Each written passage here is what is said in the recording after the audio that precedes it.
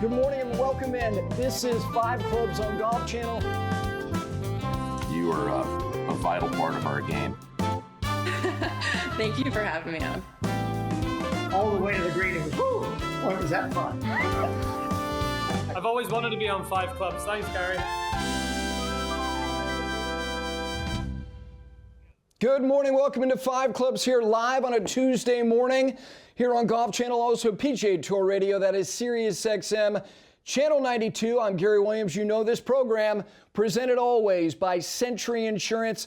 Business insurance is what they do, but they also are deeply invested in the game of golf at every level. The First Tee, the United States Golf Association, the PGA Tour, and we are very proud that our program is presented by Century Insurance. On this Tuesday, much to get to, Ron Green Jr. is going to be joining me in studio here in less than 15 minutes.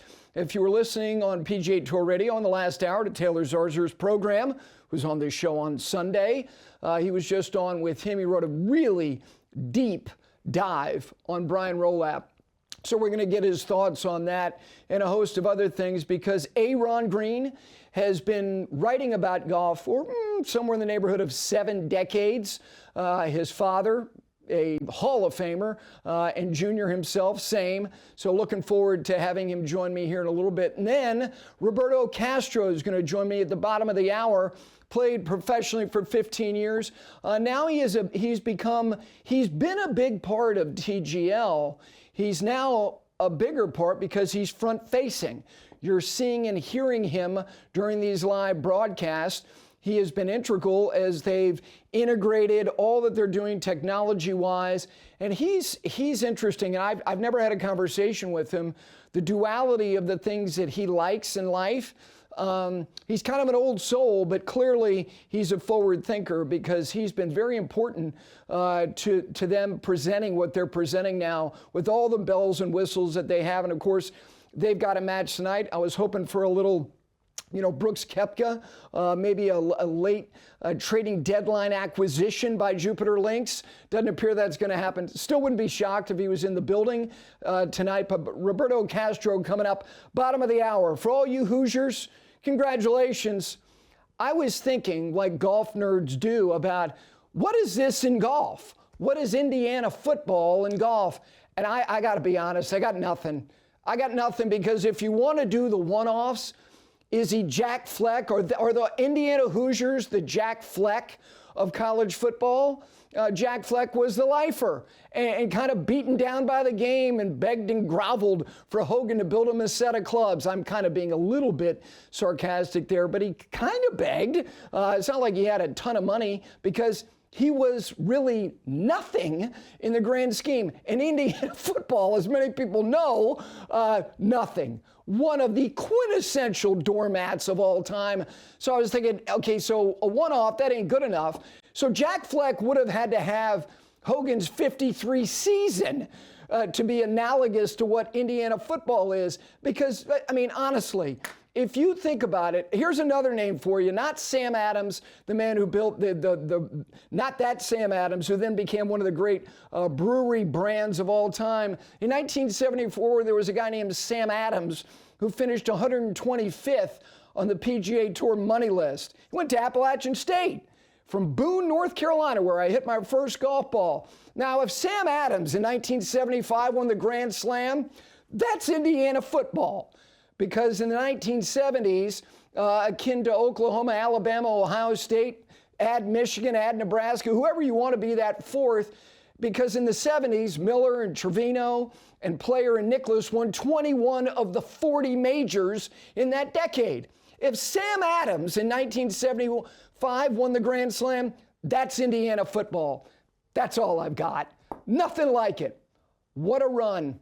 I know that their roster is almost the same age as the Packers, but that's beside the point. All right, let's get to what's happening this week, because I think what we have this week is somewhat of an indication of what we might be getting more of. And when I say this, I don't think we're going to get much more of the American Express, which, by the way, I can get nostalgic about that like I can about college football in the 70s. This event, still over 3 golf courses, the Dye Stadium course, La Quinta, the Nicklaus Tournament course. I was actually out there over this past summer. Palm Springs this time of the year is absolutely delightful. Players will rotate across the 3 venues. It's not like the Hope. I know Kevin von Valkenburg wrote a wonderful piece about nostalgia. Yeah, I can get that. I can be that way a lot. I'd love to see Clinton and Bush and Ford. That'd be hard to pull off, but you get my point. You actually had 3 presidents playing a Pro-Am, and it was a full frontal assault on anybody who was on the rope line. One that Gerald Ford would trip at the rope line and fall into somebody and knock them over. And then maybe either Clinton or Bush 41 would hit a sniper and wrap somebody right in the skull. That is what we have. But more importantly, what we have this week is a wonderful field. And I do think the sense of urgency that you're seeing from, there's no sense of urgency from Scottie Scheffler, but the truth is, this is not what the American Express has been representative of in terms of field strength. Henley and McIntyre and Griffin and Rose and English, Fitzpatrick, Ludwig, Alex Noren coming off a really good comeback here from injury.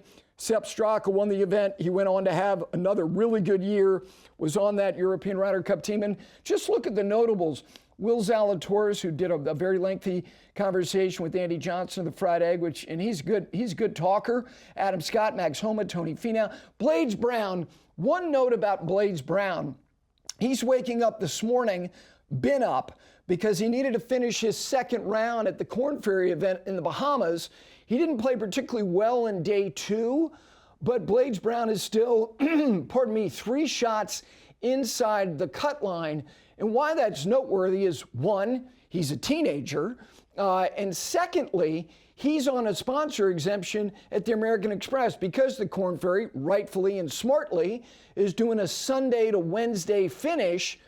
He's likely to make the cut unless he just completely bungles the last 2 holes he's got to play this morning to complete his 2nd round, which will mean that Blades Brown will play Saturday, Sunday, Monday, Tuesday, Wednesday, Thursday, Friday, Saturday, Sunday.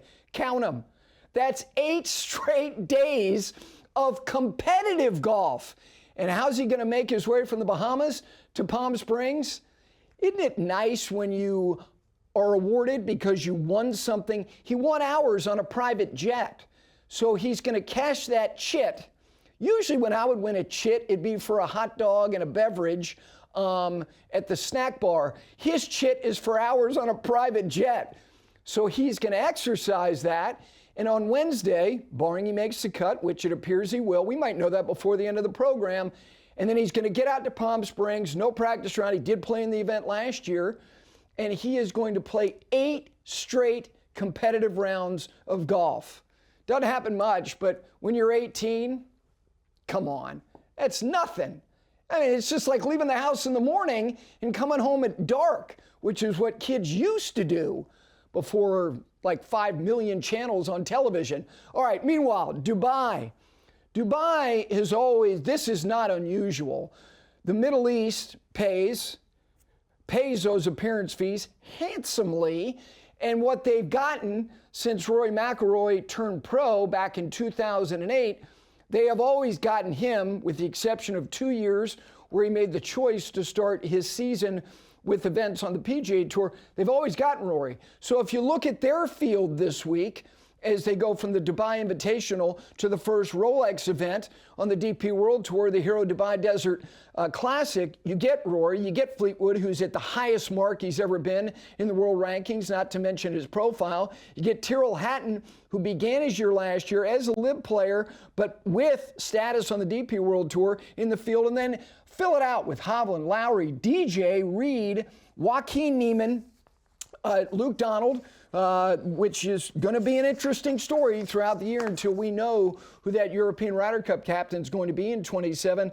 A flying Molinari, Francesco in the air this week, Nikolai Horgard, David Puig, who finished third. I played him last week as my pick in the DP World Tour event, the Dubai Invitational. And by the way, that you have Live Tour representation, but there are others as well, including several new members of Live, including Thomas Dietrich, Victor Perez, Rory Cantor, and then not pictured on that screen we had of notables, Adrian Meronk is another one as well, and Tom McKibben. It's a really good field, and even though the Live players has sacrificed world ranking points being accrued over the last year or two, and in the case of some, like a Rory Cantor and Thomas Dietrich, they're representative of their status in the game up until present day because they haven't been essentially playing events with no representation. Two excellent events. And when it comes to Rory, and we pointed this out on Sunday after he finished 2 shots out of first at the Dubai Invitational, the Middle East has been very good to him, but it doesn't matter where he starts his year. Rory McIlroy doesn't start slow. Since he turned professional, if you look at his first 2 starts, which now is 37 in total, look at that production. He does not lollygag. He doesn't knock off rust. He doesn't sleepwalk. And even though he is implementing a real significant change as far as his equipment, going from blades to cavity back irons, 25 top 5s, 19 top 3s, 5 wins, and he's either won his first or second start worldwide in each of his last 3 seasons, 23, 24, and 25. So here he is, and as he said on Sunday, he said after his final round, and I do not think he was trying to rationalize his performance over the course of the day, including making a bogey on the last from the right trees off the tee. He said, look, I never really thought about winning the golf tournament. I was really trying to, obviously, get myself comfortable with this significant equipment change. He offered up not satisfaction, but he was encouraged and pleased by his putting in his short game, but he thought his strategy was a little faulty. I would imagine his mind is going to be more right this week. Have not looked at what the betting odds are on Rory. He is the betting favorite. I expect him to win this golf tournament, and that is, look, presuming anything in this sport is just folly, but I really kind of expect him to win this golf tournament, and at minimum to finish in the top 3, at worst top 5. All right, we take a break. When we continue, Ron Green Jr. is going to join me in studio. He just wrote a very, very extensive piece on Brian Rolapp, a real profile speaking to a number of people who have been in his orbit, peers, and somewhat kind of competitors to a degree as well. And then also the people that he not doesn't answer to, but listens to intently. The membership of the PGA Tour. Ron's going to join me, his thoughts on exploring the new boss of the PGA Tour, and a little bit later on, Roberto Castro, many, many years as a PGA Tour member, now a central figure in terms of the presentation of TGL, front-facing and behind the scenes as well. And a note that won't affect likely you, unless you're Justin Thomas watching, rehabbing on a Tuesday, trying to get back to work at some point this year. A note that was put out on Friday by the USGA and the RNA, which is significant, I believe, when it comes to the elite level of golf. Nice to have you with us. Tuesday edition of 5 Clubs. It is Golf Channel. It is also simultaneously on PGA Tour Radio, Sirius XM, Channel 92. Back with Ron Green Jr. right after this.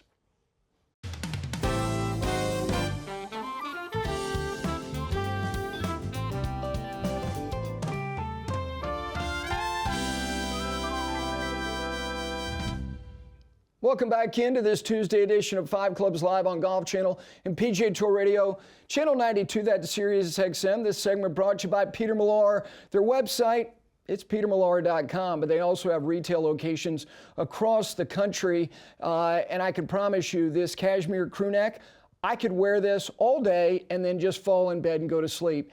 It is as good as it gets. They are the lifestyle brand for so many people, including the man to my left, who's got plenty in his closet, I know. He is from the Global Golf Post. He's been covering this sport and the game for decades. And before him, and alongside him, with his father, Hall of Fame writer, author, Ron Green Sr. But I've got Junior with me now. Good morning, my friend. Good morning. Nice to be here. Well, I mean, you've been working for a while. We could have. I could go quarter zip. You could go crew neck. It would work. 50 Shades of Beige. When you start writing about someone specifically, the process of writing to me is fascinating for people who do it exceptionally well like you. You're not writing about an event. You're writing a profile. Where do you start with someone that you're trying to learn more about? This is not somebody who's been around a long time, and I'm speaking of Brian Rolapp, because there are a lot of people watch this channel, listen to this channel, who are trying to understand who he is. Okay, he came from the NFL. Where do you start? Yeah, well, that's a good question. I think in the same way he mentioned at his opening press conference, he had the clean sheet of paper. He didn't have what Jay Monahan had. He got to come in and sort of start fresh. I think because we haven't read that much about Brian Rolapp, I had a little bit of that people don't know that much about him, so I could start there. And with the help of the tour and some other people, I was able to talk to people who had worked with him, people who've been around him who know him. So if you don't know him, and I mean, I've met him. Don't know him. I've chatted with him twice for 5 total minutes. Seems very nice, but talk to the people who know him and give me, as best you can, examples of why he's the right guy, because, as Kevin Kisner said, it's great we went outside and didn't get another golf guy to come run golf.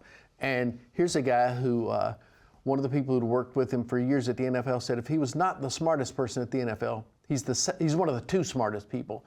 And then you go to people like, I talked to the guy the CEO of Fanatics, I talked to the head of Paramount, and they just, the praise and they're playing way up here above me in terms of business and his understanding of that, and just trying to, if the tour is giving over the direction largely to this new person, why him? Why now? What is it that he brings?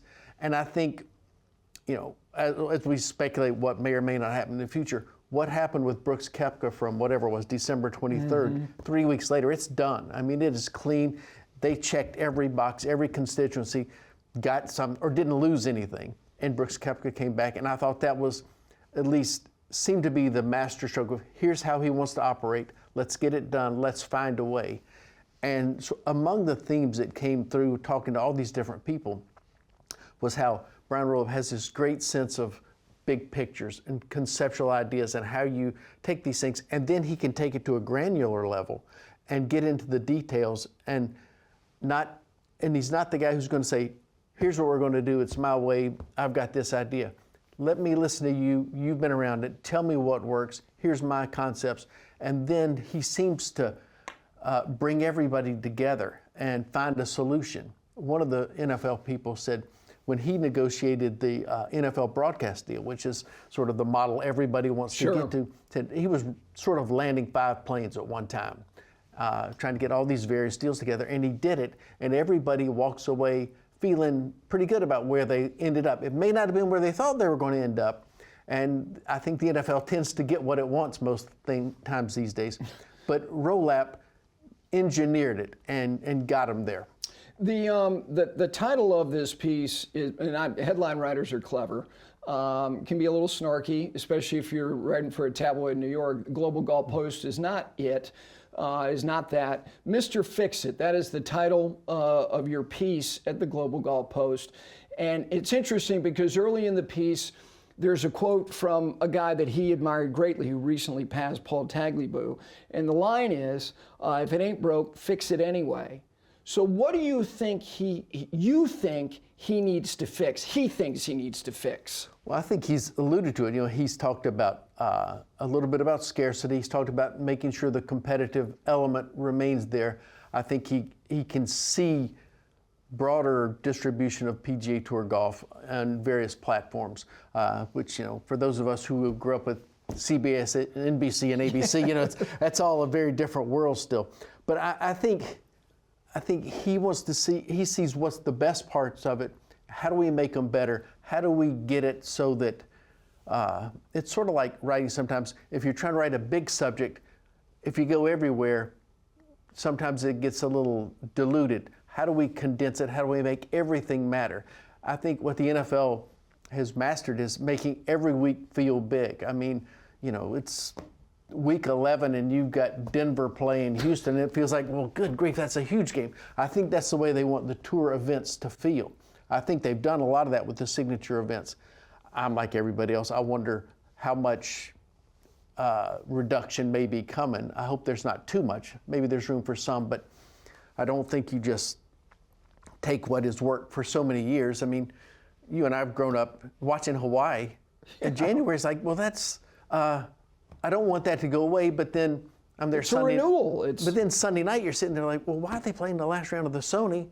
And the NFL's on, they got the Rams and the Bears, like, Brian Rolapp's got to be sitting there saying, here's what I'm talking about. Yeah, I think that you know, every other sport, and I think the NBA is challenged by this because the NFL is taking no prisoners and not going, well, we're going to defer to you on Christmas Day. No, every day, you know, Black Friday, Christmas Day, we're going to own all these certain days. And I have no problem with the idea of deferring. Know your role. I also think, and I personally think, if you're going to wait, why not whet everybody's appetite between the conference championship games and the Super Bowl, when people are going, what's the program? What am I going to watch? Start on the West Coast, make it late, finish when it's more than dark out on the East Coast and in the Midwest. But one of the themes of your piece, which I think is really the guts of what it is he's trying to achieve, is the idea that events, we all go to the circuses in town. Mm-hmm. And the local markets benefit, and it's all wonderful. But in the grand scheme of things, it doesn't really matter that much to what is at the end of the road. And this gets to the NFL ambition that every week should have value, that it's precious, and you can look back on whether it is Pebble Beach or whether it's the API, that mattered when it came to the BMW Championship.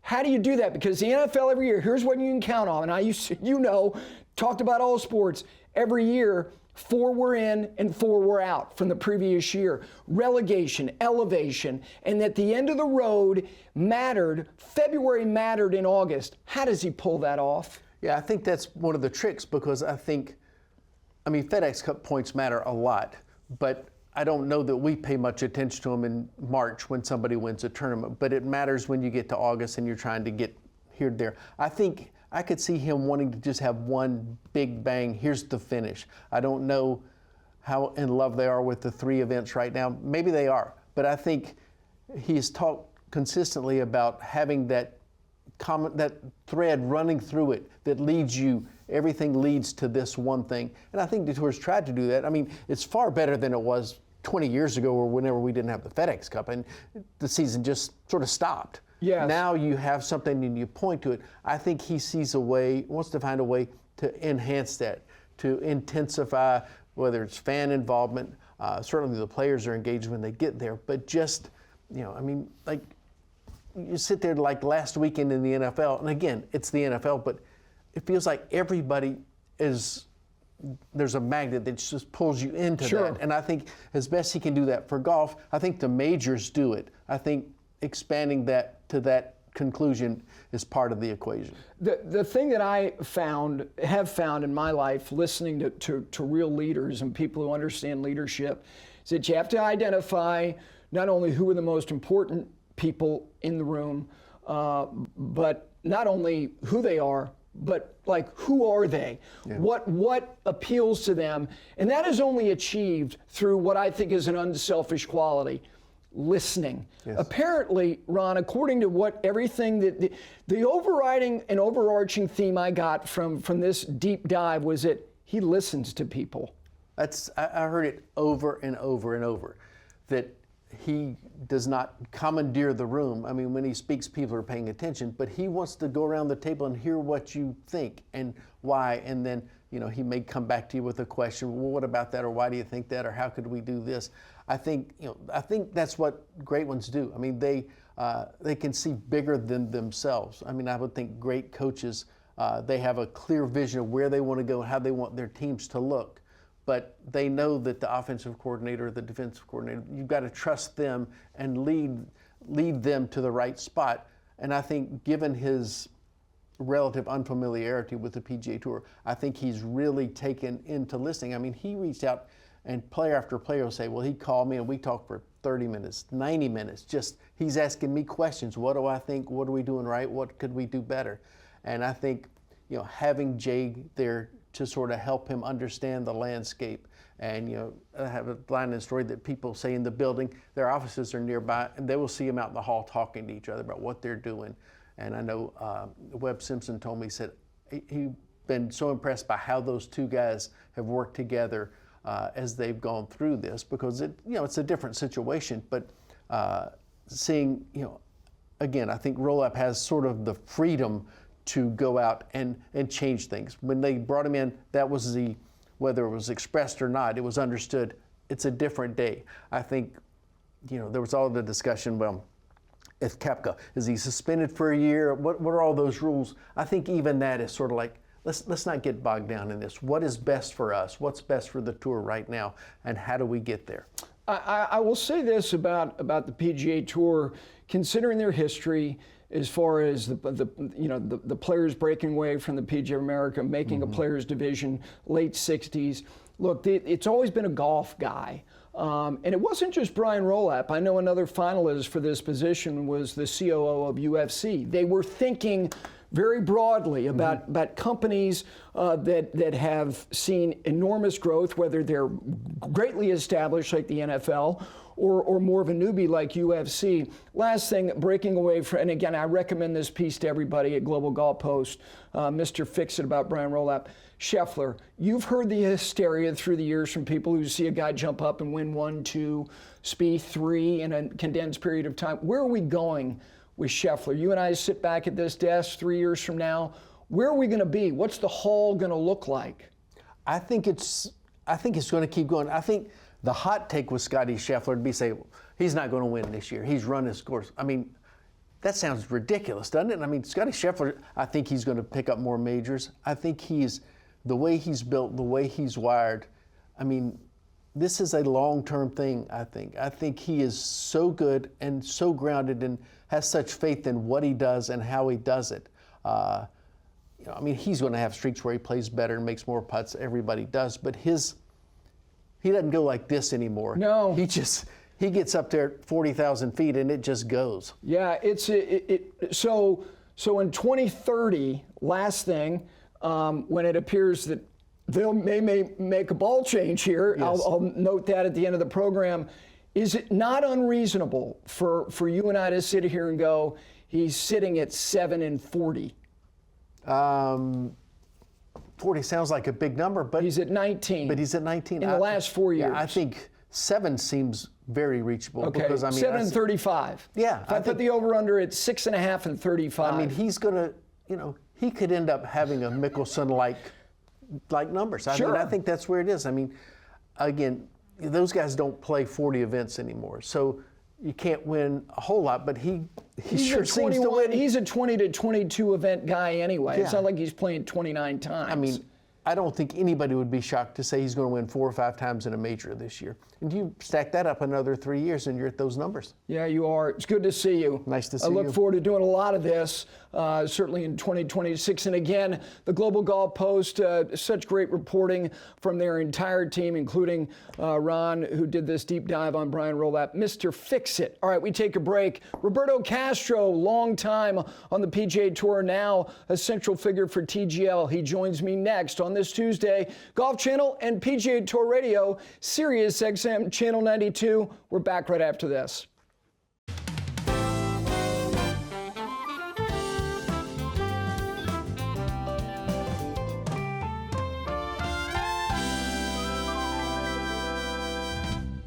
Back in on this Tuesday here on Golf Channel.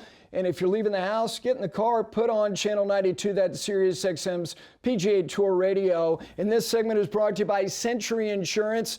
They want to be right by you. Business insurance is what they do, and they also invest in golf in tremendous ways. They're our presenting sponsor, but also with the USGA, the First Tee, and the PGA Tour.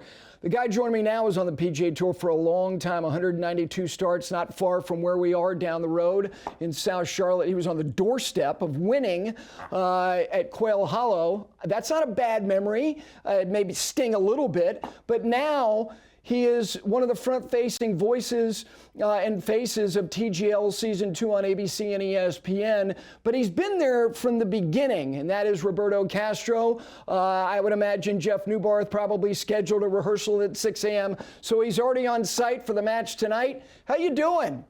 I'm doing well, thanks. Good to be with you, Gary. Well, thank you for joining me. You know, look, for whatever reason, it's not a morbid curiosity. Athletes, you know, their mortality in terms of this pursuit, golfers can keep the window open longer, but at some point you face the whole, okay, what's next? When you did, how did this all come together? Because like I said, you and TGL didn't start with people starting to see you and hear you this season. It started well before then. How did all this come together with you being a part of the team?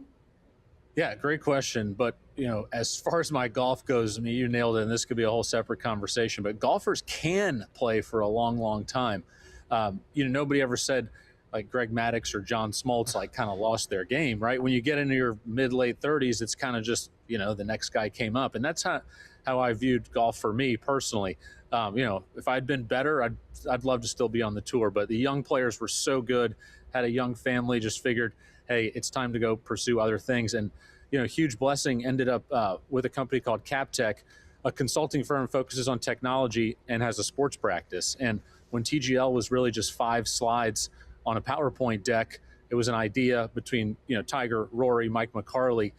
We were, you know, fortunate to be a key partner and help him bring it to life. So like you said, you know, from 5 slides to testing it to getting in a sound stage, building a mock version of what's behind me now to today, it's been a heck of a ride. I bet. You mentioned the name Mike McCarley. I was lucky enough, obviously, as he was the leader and president of Golf Channel for many years, and I watched and listened to him take abstract ideas and turn them into concrete solutions. For me, with you, and you know this, I think that the magic is in the air. When I watch what you guys do, it bedazzles me because it's like, okay, I don't do that. Only these aliens do that. For you, to see what this concept was, what was the most important thing to transfer these incredible innate skills, refined ability to turn a golf ball into a magic act into something that goes into a screen and then the show begins? Yeah, and there were a lot of things that had to, you know, come true to make TGL work. But the one that was closest to me that I was focused on is, I think the biggest asset is the players. You're starting a new league with 20 of the top 30 players in the world, and making sure that the players would be engaged, they would have fun, they would think it was realistic, they would think good shots were good, bad shots got punished. Like that experience, I think, keeps your number one asset happy. And that's where I spent a lot of my time. You know, on the flip side, the much smarter folks than me, the engineers, were building out the hardware layer, software layer. You know, Jeff built an incredible television product around it. So it was a lot of folks contributing, but I kind of had that unique player focus. Roberto, what do you think is the most convenient transferable skill for these players into a simulated experience? And what do you think, if there is a hard one? Is there a hard one? It's the environment. It's really just how much is going on in this building. It's quiet right now, but it's 8:40 in the morning. Yeah. It's fast-paced, it's loud, there's a lot of sensory things hitting you. And I think their advantage and why they've adjusted well is, you know, I steal this from a friend of mine. A lot of pro golfers have a little bit of lead singer disease, right? There's not a stage or a microphone they don't like. The best player probably so far in TGL has been Billy Horschel. And if you know Billy, he maybe has more than a little lead singer disease. And he's thrived in this environment. So I think that's why it's worked. I think that's why some guys have adjusted quicker than others. But that's the biggest transferable skill. The golf, these guys, you could drop them on a golf course anywhere on the planet, and in 30 minutes they'd be ready to go shoot something in the 60s. But getting in here, it's more about, adjusting to a new environment and loving the spotlight. Yeah, you're right. I mean, I call the PGA Tour, look, it's a TV show. And you are now part of a TV show that really is, it's just a 2-hour sizzle reel for these guys. So like you said, it's, some guys are really good with the show business part of it, and obviously Billy is one of them. How about strategy? Because one of the things that is one of your responsibilities on the air is to analyze strategy. Who do you think is good at it? The best is Atlanta. I can see their championship banner here. They were the season 1 champs. I think they were the earliest to think through the hammer strategy mathematically, at least strategically, even if you don't have the math, like really playing out, okay, if I do this, the other team could do this. They were ahead of the curve there. The other teams are catching up. That's important. Setting your lineup, making sure your long hitters are hitting the right shots is important. But it all happens fast. That's the thing. I equate it to football. It's like we're all sitting on the sofa with a beer and we understand when to take a timeout in the last minute. It's so obvious, but I've never been on the sideline of a big football game, but things are moving fast and it's easy to make mistakes. And that's what we've seen so far in TGL. My perception of you from afar is you're a very curious mind. I also find it interesting and kind of funny the duality of kind of who you are. Like, you like old things. You'll stumble into an old vinyl shop, but here you are on the cutting edge of technology. Do you like old more than you like new? That's a great question. Like CapTech, we're focused on data and technology, but if I get 9 holes late on a summer day, I go play with persimmon woods, or I may, like you said, just peel out of my trunk, play 9 holes with 2 balls. I'm not tracking the stats, not tracking the data. So I think there's room for both. I think it's just about human connection, what makes people smile, what lifts up their day. And that's what I think TGL has done through technology. I've been on the phone with a couple of friends of mine who have their 13 or 14-year-old in the back and they're on the Bluetooth. And they're just like, oh, I watched last night. It was unbelievable. Like, just think about yourself. We probably share that at 12, 13, 14, like sports is your whole life, right? Yeah. And TGL has gone into that world and it's getting, young people excited about golf through, I think the smiles on Tiger and Rory's face, but it's all made possible by the technology in this building. The Tiger dynamic, there is an aura. Look, like you, I've loved sports my whole life, and there are a handful, and they're all different. I think that Jordan and Tiger, there are personality traits that are comparable. Federer, there's something different. And I've listened to a lot of NBA players that played when they got on the court with Michael for the first time. They're like, I was looking at the shoes, then I was looking at the knee brace, and I'm getting caught up in like, is he real? Like, I've heard Allen Iverson, like, I thought he had a glow about him. What is it like when you can hear and feel buzz when Tiger is in this condensed space? It's not small, but it's not an open canvas like a golf course like he was there last week. Yeah, what I've been struck by, and I did not play with Tiger in my time on tour, we did not overlap a lot between some of the time he was out, is he goes straight to the golf. He goes straight to the shots. Like the stuff that just I was here the first or second day he visited the SoFi Center, and he wanted to figure out how to hit the short game shots. He wanted to figure out how to shape his shots. He wanted to know how to hit his start lines. And last week, he's mic'd up. He's on the field with his team, Jupiter Lynx, and he's asking Max about how he's going to hit the stinger. Like, he's just a golf purist. Like, his obsession with the shots and being able to that's the stuff that keeps him moving. I think different than some of those other athletes you mentioned, just a pure love of hitting shots and getting better at them and talking to other world-class players about them. I can't get enough of it. Last thing is, a lot of people have termed TGL as additive. Look, everything in golf is additive to the grander kind of ball that is the industry of golf. Do you think TGL has a chance to be more additive to the overall industry in the game of golf? Because as many people, much more, hit into simulators Or is it, do you think, more going to be an additive to the product of the PGA Tour in the long run? What will it add more to, the game or the professional sport? I think it's to be determined. Right now, we're 4 matches into season 2. I mean, this is very, very early days. I think it was hard to remember that in season 1 and hard to remember it now. What it is in 5-10 years is hard to predict. But I think, they're talking about changing the tour schedule, could open up some more winter dates for TGL. Yes. But Monday, Tuesdays, prime time, that's additive. That's where you started, and that's where I think I would focus, is bringing golf into a space in the entertainment world that it wasn't before. And that grows the actual, participatory part of the game, and it gives the professional game a wider platform. I mean, I think these guys love the experience, but doesn't hurt that their agents are telling, Fortune 500 companies that they're getting exposure in prime time on ESPN. So it's been, advantageous for everyone involved. This really is the last thing.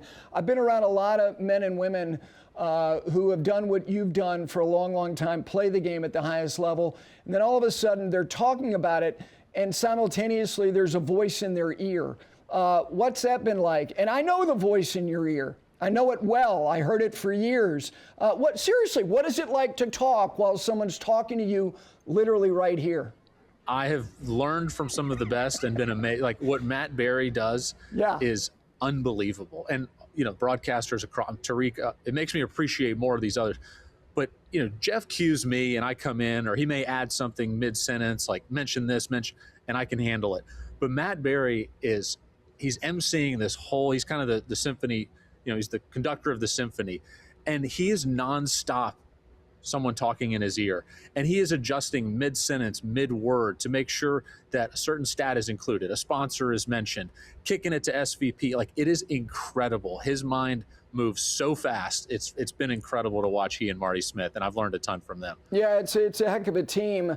If Jeff hadn't told you this story, Matt auditioned to be my co-host on Morning Drive years ago. Really? And the synopsis was, he's really good, but it looks like he's Gary 10 years younger.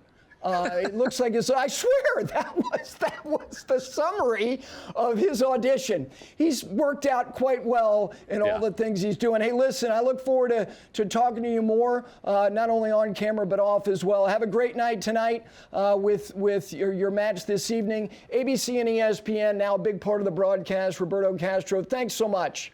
Gary, it was great. Enjoyed it. Thank you. All right, we come back. A note. It's called something of interest, but that right there was winning words from Century Insurance when it comes to giving you the words you need, but more importantly, the advice and the direction when it comes to business insurance.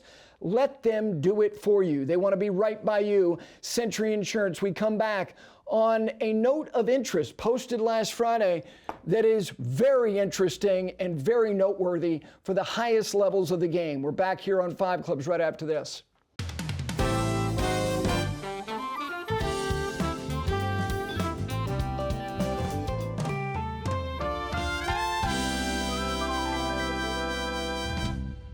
Welcome back to this Tuesday edition of 5 Clubs here, Golf Channel and PGA Tour Radio. That is Channel 92 on Sirius XM. This segment brought to you by Peter Millar. Yes, V-neck, good. Quarter zip, real good. Crew neck, this is it right here for me. They've got it all. They've got the most expansive, most robust, most comprehensive line of apparel and clothing. Not just for golfers, whatever you need to wear in your life, from shoes and socks to belts and scarves. And of course, their business built on this little number right here as they celebrate 25 years of doing it as well, or better than anybody else. It is Peter Millar and petermillar.com. On Friday in this industry at large, in television, but really in everything, it's called a news dump. This wasn't really a news dump, but on Friday, the R&A and the USGA posted this, and it was called Area of Interest, Golf Ball Rollback Timeline, and this is just a portion of the total statement, but really this is the grander part of the summation.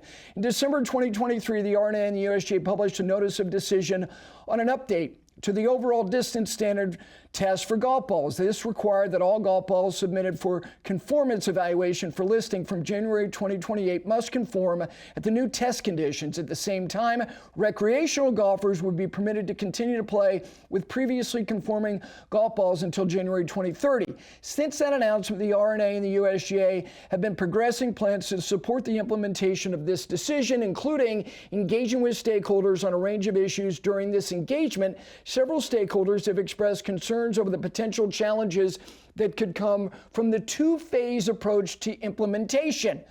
Based on this feedback, the R&A and the USGA are interested in soliciting views on a possible change from the phased implementation to a single date across the whole game effective January 2030.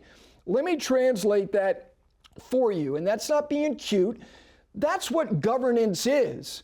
It is plowing a field at a methodical pace. And while you're plowing that field, you got a lot of people saying, I don't like the way you're plowing that field. Why don't you go a little bit in that direction or go in that direction? Let's all get to where we're comfortable. The bottom line on this is that we are headed toward the elite game being able to play what they're currently playing and whatever is new, because planned obsolescence is part of the game, as all the OMEs know, is that the golf ball that we thought we were 2 years away on January 1 of this year to seeing elite players sing a golf ball that was going to have less in it. We're going to 2030. That's the bottom line. They'll solicit all the opinions. 2030 is now the new date, and it will be uniform across all of the game. I know somebody very interested in that are these guys. Now, you might not be able to see this because it's embossed. Thank you to the great team of Friday Golf for delivering this great book. You should get it. A wonderful collection of their first 10 years. So many wonderful profiles on some of the great golf courses in the world. And a note for you, tomorrow we're going early. We're on the tee box at 7 a.m. live. That's right, 7 Eastern. Have a great Tuesday, folks. We'll see you tomorrow.